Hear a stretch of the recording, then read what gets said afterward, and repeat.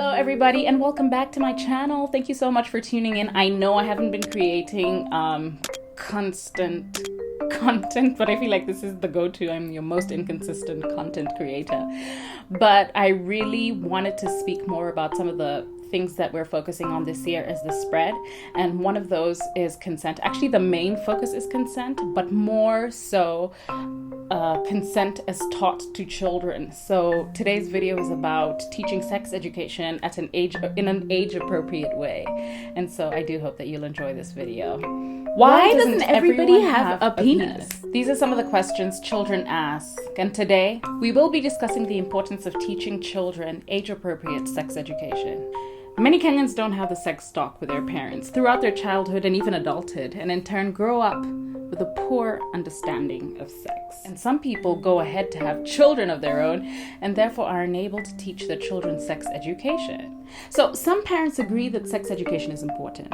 Others believe that this education should be taught at school and not by them, while others believe that there should be more of like a sex education towards abstinence.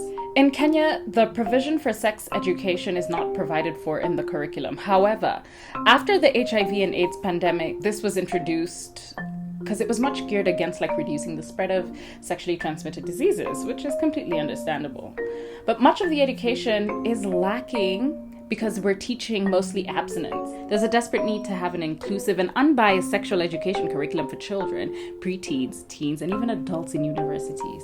Children are a vulnerable group, which means that they're disappropriately targeted when it comes to sexual assault and violence.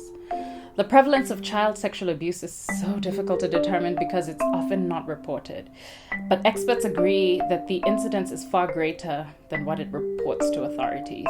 Child sexual assault is also not uniformly defined, so statistics may vary. Statistics show that some of the research done on child sexual abuse in America, well, for example, the U.S. Department of Health and Human Services Children's Bureau report child maltreatment in 2020. They said that 9.2% of victimized children were sexually assaulted. Further studies have shown 1 in 5 girls and 1 in 20 boys is a victim of child abuse.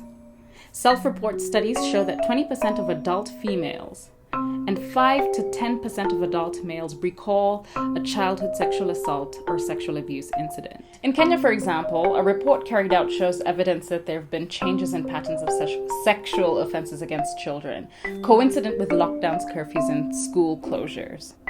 In particular, emerging evidence suggests that child victims are younger and more likely to be victimized by a neighbor in a private residence and in the daytime compared to pre-pandemic. The need to introduce age-appropriate sex education is therefore necessary to prevent cases of sexual assault.